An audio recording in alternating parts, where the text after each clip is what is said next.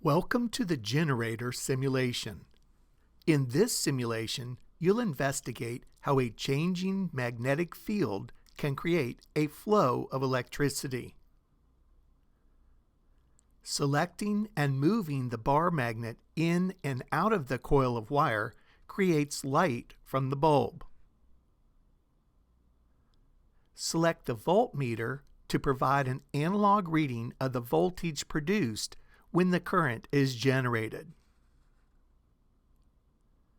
Selecting the field lines shows the magnetic field of the bar magnet. The double coil button can be selected to compare how the number of coil loops affects the current generated by the magnet. The Flip the Bar Magnet button can be selected to reverse the north and south poles on the magnet. Selecting the orange Reset button on the bottom of the screen returns the screen to its original state.